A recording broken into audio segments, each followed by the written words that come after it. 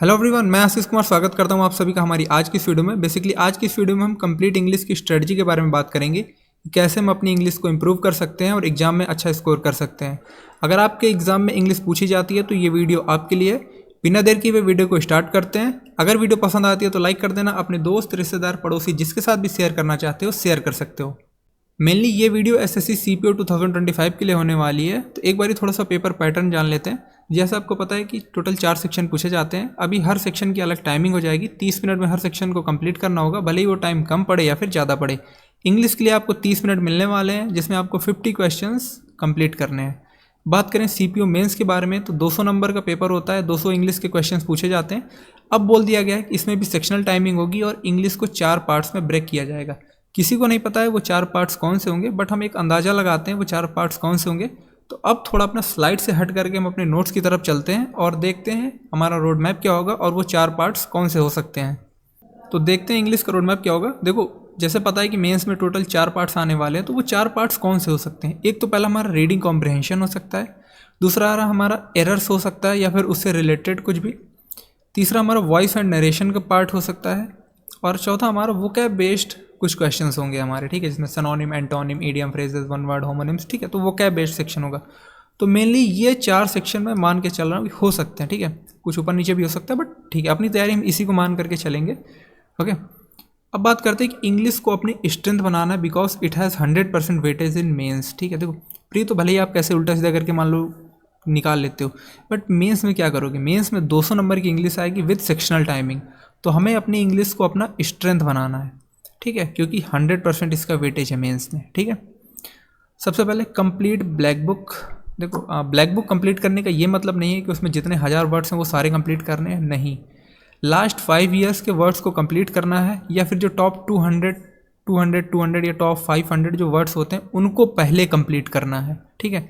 Top 500, top 200, ठीक है, top 500, top 200 वो कंप्लीट करने हैं। हज़ारों वर्ड्स अभी हमें नहीं कंप्लीट करने। हाँ, अगर आपका टारगेट सीजीएल 2026 है या फिर 2026 का और कोई एग्ज़ाम है जिसमें आपको 4 से 5 महीने अभी हैं बाकी हैं, तो आप पूरी ब्लैक बुक को विद अल्फ़ाबेट वाइज कंप्लीट कर सकते हो। बट अगर अभी आपका एग्ज़ाम 2 से 3 महीने में है तो आपको टॉप 500, टॉप 200 इनको कवर करना होगा ब्लैक बुक से, ठीक है।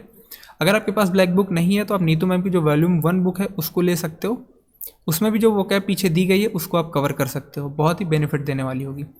120 रूल्स ऑफ ग्रामर, ठीक है, ये तो पेनेसिया है, रामबाण है, ठीक है, ये तो सभी को करना है और इसके नोट्स भी हमने अपने टेलीग्राम चैनल पर दे रखे हैं, ठीक है। और क्या, practice parajumble active passive voice cloze test from previous year questions, ठीक है। पैराजम्बल्स हो गए, ठीक है, वॉइस हो गया, नरेशन हो गया, इन और क्लोज टेस्ट हो गया, इसको हमें प्रीवियस ईयर क्वेश्चन से अच्छे से प्रैक्टिस करते रहना है। इंग्लिश माध्यम के हमें मॉक्स अटेम्प्ट करने हैं और टेक्स्ट बुक के सेक्शनल मॉक्स अटेम्प्ट करने हैं, ठीक है। इंग्लिश माध्यम बहुत ही अच्छा टेलीग्राम चैनल है, उसको आप ज्वाइन कर लो। वहाँ पे आप एडिटोरियल भी पढ़ सकते हो, उसके साथ में आपको वोकैब भी मिलती है, तो आपका रीडिंग कॉम्प्रिहेंशन प्लस वोकैब साथ ही साथ कवर होता रहता है। तो इंग्लिश माध्यम के मॉक्स को हम अटेम्प्ट करेंगे और टेक्स्ट बुक के सेक्शनल मॉक्स को लगाएंगे, ठीक है। Use mirror of common error book for practice. Grammar की चैप्टर वाइज प्रैक्टिस के लिए mirror of common errors book काफ़ी अच्छी है। इसमें आपको चैप्टर वाइज भी मिल जाएगा और लास्ट में मिक्स भी मिल जाएगा। तो एक ये बहुत ही अच्छी बात है, ठीक है। तो आप इसको यूज़ कर सकते हो ना, जिसकी PDF मैंने ऑलरेडी दे रखी है, तो वहाँ से भी आप इसकी प्रैक्टिस कर सकते हो। मैं इसी बुक को फॉलो करता हूँ, नीतू मैम की वॉल्यूम 1 एंड वॉल्यूम 2, ठीक है। देखो अगर वॉल्यूम 1 है तो अच्छी बात है, नहीं है तो वॉल्यूम 2 से 2 सेट डेली लगाने हैं। उसमें जो सेट दिए गए हैं वॉल्यूम 2 में, उसके 2 सेट हमें डेली लगाने हैं, ठीक है। बाकी आप ग्रामर के लिए और वोकैब के लिए वॉल्यूम 1 को सजेस्ट कर सकते हो, बहुत ही अच्छी बुक है, ऑलरेडी एवरीवन नोज, ठीक है, तो बताने की कोई नीड नहीं है। देखो इतनी चीज़ें हमें कंप्लीट करनी है, कब कैसे कंप्लीट करना है वो अभी बाद में बताता हूँ। वोकैब के लिए बहुत डाउट होता है, भूल जाते हैं, तो वोकैब को हमें daily time to time revise करते चलना है। जो वोकैब के डिफ़िकल्ट वर्ड्स हैं उनको राइट करो ज़्यादा से ज़्यादा और उनको मार्क कर लो, ठीक है। नीतू मैम की बुक है तो उसके जो पीछे वोकैब दी गई है उसको कवर कर लो, मोस्ट इंपॉर्टेंट है। ग्रामर में क्या करना है, ग्रामर में नोट्स का रिवीजन करना है और वीडियोस को फॉलो करेंगे। ग्रामर में नोट्स को रिवाइज करेंगे और वीडियोस को फॉलो करेंगे, प्रैक्टिस कर लो। देखो जब भी आप कोई मॉक टेस्ट लगाते हो या नोट्स वगैरह बनाते हो तो कुछ क्वेश्चन ऐसे होते हैं जो फंसते हैं बार बार, तो उनको सेव कर लिया करो, ठीक है, क्योंकि हर ऐप में अब सेव का ऑप्शन आता है, सेव्ड क्वेश्चन का, तो वहाँ पे आप जा करके डायरेक्टली उन क्वेश्चंस को देख सकते हो जिनमें आप फंसे थे। ठीक है, बाकी मैं रिकमेंड करता हूँ कि आप गलती वाली कॉपी में राइट करो, बट अगर आप उसमें नहीं राइट करते हो तो ऐप में क्वेश्चंस को सेव कर लिया करो। ठीक है, वॉइस नरेशन इंपॉर्टेंट चैप्टर है, ठीक है, क्योंकि काफ़ी क्वेश्चन इससे आते हैं। कॉम्प्रिहेंशन के लिए हम इंग्लिश माध्यम की PDF को फॉलो करेंगे जो कि उनके टेलीग्राम चैनल पे मिल जाती है, और CDS या फिर SSC के प्रीवियस ईयर क्वेश्चंस को फॉलो करेंगे। ठीक है, ये तो जग जाहिर बात है, इसमें कोई कहने वाली बात नहीं कि प्रीवियस ईयर क्वेश्चंस बहुत बेनिफिट देते हैं। अब आगे चलते हैं। ठीक है, वीक में 7 दिन है टोटल, तो 7 दिनों को हम कैसे ब्रेक करेंगे, जो अभी मैं बोल रहा था ना कि इतनी सारी चीज़ें हमें कवर करनी है। ठीक है, अब बात करते हैं कि उनको कब कवर करना है। 4 दिन हम ब्रेक करेंगे। 4 दिनों को कैसे ब्रेक करेंगे? 4 दिन हम ग्रामर के चैप्टर का रिवीजन करेंगे, आइदर आप बुक से कर सकते हो या किसी वीडियो की भी आप हेल्प ले सकते हो। ठीक है, डेली वोकैब करनी है, वोकैब के साथ कोई छेड़छाड़ नहीं करनी। डेली वोकैब होगी मतलब डेली होगी। डेली वोकैब की प्रैक्टिस भी करनी है। ठीक है, वोकैब की प्रैक्टिस करनी है, साथ में इंग्लिश की भी प्रैक्टिस करनी है। मतलब आप मान के चलो कि एक सेक्शनल डेली आप लगाओगे ही लगाओगे। ठीक है, क्योंकि सेक्शन क्या होता है ना, आप काफ़ी चीज़ें एक्सप्लोर करते रहोगे और आपका जो रिवीजन है वो भी अच्छा खासा होता रहेगा। तो मॉक लगाना, प्रैक्टिस करना बहुत इंपॉर्टेंट होता है आज के टाइम पे। ठीक है, भले ही आपका सिलेबस ना पूरा हो, लेकिन अगर आप प्रैक्टिस मॉक लगाते रहते हो तो आप सिलेबस पूरा करने वाले से ज़्यादा स्कोर कर सकते हो। तो 4 दिन हम ग्रामर के चैप्टर वाइज रिवीजन करेंगे, डेली वोकैब पढ़ेंगे और डेली एक सेट तो मिनिमम लगाएंगे ही लगाएंगे और प्रैक्टिस करेंगे। ठीक है, अगर चैप्टर वाइज पढ़ रहे हैं तो चैप्टर वाइज आप प्रैक्टिस कर सकते हो, मिक्स चाहो तो मिक्स्ड भी प्रैक्टिस कर सकते हो। बाकी बचे 3 दिन।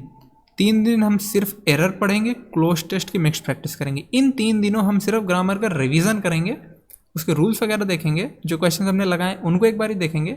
ठीक है, नया नहीं पढ़ेंगे ग्रामर में कुछ भी, जो भी पढ़ेंगे पुराना ही पढ़ेंगे। 3 दिन हम एरर्स को फॉलो करेंगे, एरर्स नए पढ़ेंगे। ठीक है, ग्रामर पुरानी पढ़ेंगे लेकिन एरर्स हम नए सॉल्व करेंगे। देखो क्या होता है ना कि मिक्स्ड जब एरर आप सॉल्व करते हो ना तो आपकी एक अलग थिंकिंग बनती है। ठीक है, क्लोज टेस्ट की मिक्स्ड प्रैक्टिस करेंगे और ग्रामर की प्रैक्टिस करेंगे, बस सो सिंपल। अब भैया क्या वोकैब नहीं करेंगे इन 3 दिन? इन 3 दिन भी वोकैब आपको करनी है। वोकैब तो डेली करनी है, मतलब वोकैब डेली करनी है। ठीक है, अब देखो आप चाहो तो खुद से भी अपना शेड्यूल बना सकते हो। अगर आप खुद से अपना शेड्यूल नहीं बनाते हो तो हमारे डेली शेड्यूल को फॉलो कर सकते हो, टेलीग्राम चैनल पे मिल जाएगा। टेलीग्राम चैनल है आशीष ब्लॉग SSC 3। ठीक है, अब चलते हैं अपनी स्लाइड्स पे थोड़ा सा और जान लेते हैं कुछ और इंपॉर्टेंट बातें। तो जैसा मैंने आपको बता दिया कि मेंस में हमारे 4 पार्ट्स कौन कौन से हो सकते हैं। रीडिंग कॉम्प्रिहेंशन हो सकता है, हमारा सेंटेंस एरर और इम्प्रूवमेंट वाला पार्ट हो सकता है, वोकैब बेस्ड क्वेश्चंस का हो सकता है और वॉइस एंड नरेशन का पार्ट हो सकता है। तो टोटल इन 4 पार्ट्स से क्वेश्चन पूछे जा सकते हैं। अब कुछ इंपॉर्टेंट बातों पे और ध्यान देते हैं। वोकैब, ठीक है, देखो वोकैब को हम डिफरेंट फेजेस में डिवाइड करते हैं। सबसे ज़्यादा डाउट वोकैब का ही होता है। देखो वोकैब को क्या करना है ना, डेली न्यू वर्ड्स हमें लर्न करने हैं। ठीक है, डेली हमें क्या करना है, डेली हमें न्यू वर्ड्स लर्न करने हैं, जिसमें 10 सिनोनिम होंगे, 10 एंटोनिम होंगे, कुछ ईडियम्स होंगी, कुछ वन वर्ड होंगे। अगर आप डेली 10 साइनो 10 एंटोनिम पढ़ते हो तो आप उससे ज़्यादा ही ईडियम फ्रेजेस और वन वर्ड्स कंप्लीट कर सकते हो। ठीक है, क्योंकि ये थोड़ा सा इजी पोर्शन पड़ जाता है। तो डेली न्यू वर्ड्स लर्न करने, मिनिमम आपको 40 वर्ड्स तो मिनिमम आपको डेली लर्न करने ही करने। आप अपनी कैपेसिटी के अनुसार भी लर्न कर सकते हो। ओके, भले ही सैनो एंटो कम कर लो, सिनोनिम और एंटोनिम मिला के 15 कर लो, बट ईडियम और फ्रेजेस वन वर्ड्स को ज़्यादा कवर करो। ठीक है, अब देखो जो भी वर्ड्स आप पढ़ते हो ना उनको आप राइट करो। क्या होता है ना, जब वर्ड्स को हम राइट करते हैं तो वर्ड्स की जो इमेज है वो हमारे माइंड में बन जाती है। ठीक है, राइट करने से क्या होती है, वर्ड्स की इमेज हमारे माइंड में बन जाती है। तो जब कभी भी हमारे सामने क्वेश्चंस आते हैं तो हमारे माइंड में वो इमेज फॉर्मेशन होने लगता है और हम इजीली सॉल्व कर पाते हैं क्वेश्चंस को। ये हर सब्जेक्ट के साथ होता है, ना सिर्फ इंग्लिश के साथ ही नहीं, मैथ्स रीजनिंग हर सब्जेक्ट के साथ यही है। जितने ज़्यादा आप लिखोगे, लिखने से क्वेश्चंस को हम देखते हैं, उनसे ज़्यादा घुलते मिलते हैं, समझते हैं, तो उससे ज़्यादा जान पहचान बनती है। लोगों के साथ भी तो यही होता है ना, जितना ज़्यादा हम लोगों को देखते हैं, उनसे मिलते हैं, उतना ज़्यादा उन्हें पहचानते हैं। सेम वर्ड्स वोकैब के हो, उनके साथ भी यही होता है कि जितने ज़्यादा हम वर्ड्स को राइट करेंगे, उनको देखेंगे, उतना ही ज़्यादा हम उनको समझ पाएंगे। तो ज़्यादा से ज़्यादा वर्ड्स को राइट करो, एग्जाम्पल्स का यूज़ करो, निमोनिक्स बनाओ, निमोनिक्स खुद से जुड़ती हुई निमोनिक्स बनाओ। ठीक है, खुद से जुड़ती हुई निमोनिक्स बनाओगे तो जल्दी याद रहेगा और ज़्यादा टाइम तक याद रहेगा। ओके, तो डेली हमें नए वर्ड्स पढ़ने हैं, उनको राइट करना है। राइट करने से इमेज फॉर्मेशन की वजह से सबकॉन्शियस माइंड हमारा जल्दी से कैच कर लेता है। Revise the previous 2 days words, मतलब जैसे आज है 5 तारीख, अब मैं 5 तारीख को पढ़ रहा हूँ, ठीक है, 5 को पढ़ रहा हूँ। तो जब मैं 5 को पढ़ने बैठूंगा ना वोकैब, तो मैं 3 तारीख और 4 तारीख वाली वोकैब को रिवाइज करूँगा, ठीक है, 3 तारीख और 4 तारीख वाली वोकैब को रिवाइज करूँगा, ठीक है, पिछले डेज की वोकैब को रिवाइज करूँगा। और उसमें जो मुझे हार्ड वर्ड्स लगेंगे ना, जैसे मैंने आज पढ़ा कुछ, उसमें मुझे 1-2 हार्ड वर्ड लगे, कल पढ़ा, फिर कल मुझे वो वर्ड्स हार्ड लगे, तो मैं उनको सर्किल कर लूँगा, उनको मुझे ज़्यादा ध्यान देना है। ओके, रूट वर्ड्स बहुत इंपॉर्टेंट होते हैं।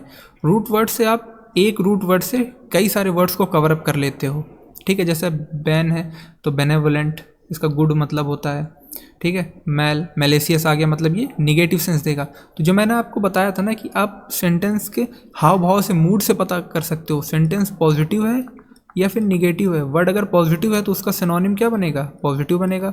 वर्ड अगर पॉजिटिव है तो उसका एंटोनिम क्या बनेगा, उसका एंटोनिम निगेटिव बनेगा। वर्ड अगर निगेटिव है तो उसका सिनोनिम निगेटिव बनेगा, लेकिन वर्ड निगेटिव है तो उसका एंटोनिम क्या बनेगा, पॉजिटिव बनेगा। तो वर्ड्स के एक्सप्रेशंस होते हैं, मूड्स होते हैं, उनसे भी आप क्वेश्चंस को एलिमिनेट करके सॉल्व कर सकते हो। तो उसके लिए हमारे रूट वर्ड बहुत हेल्पफुल होते हैं, ठीक है। एसएससी और सीडीएस के प्रीवियस ईयर क्वेश्चंस के वर्ड्स को कवर अप करना है, ठीक है, ये तो बताने की कोई चीज़ नहीं है।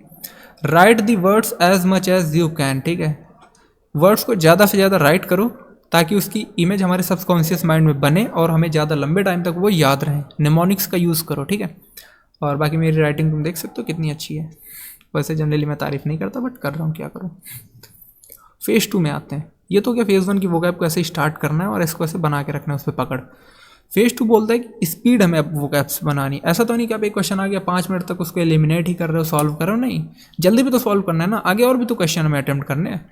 तो बिल्ड स्पीड, ठीक है। रिटेन थो प्रैक्टिसिंग क्विजेस, हमें ज़्यादा से ज़्यादा क्विज की प्रैक्टिस करनी है, ठीक है, ज़्यादा से ज़्यादा हमें क्विज की प्रैक्टिस करनी है।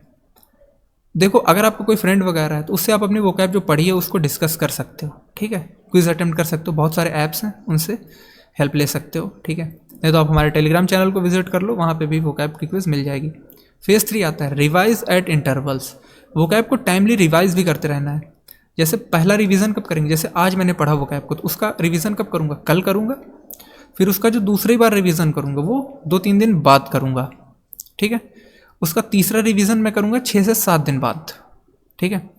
और हाँ, रिवीजन में आप चाहो तो रफ में वर्ड्स को राइट कर सकते हो, ठीक है,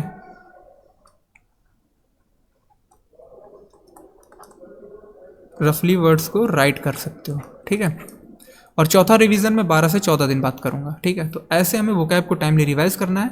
बाकी सोर्सेज क्या फॉलो करने हैं, ब्लैक बुक फॉलो कर सकते हो, नीतू मैम की वोकैब बुक फॉलो कर सकते हो, नहीं तो word power made easy follow कर सकते हो, बट ये बिगिनर्स के लिए है, ठीक है। इसके इंपॉर्टेंट लास्ट के जो प्रीवियस ईयर वर्ड्स हैं उनको कवर कर लेना, ठीक है। डेली वोकैब के नोट्स, ठीक है, मैं डेली वोकैब के नोट्स शेयर करूंगा, आप उन्हें फॉलो कर सकते हो। हमारे टेलीग्राम चैनल को ज्वाइन कर लेना, आशीष ब्लॉग SSC 3 नेम से है। अगर किसी का कोर्स है तो ब्लाइंडली उसे फॉलो कर लो। अगर आपने किसी टीचर का वोकैब का कोर्स ले रखा है तो उसको ब्लाइंडली फॉलो करो, ठीक है।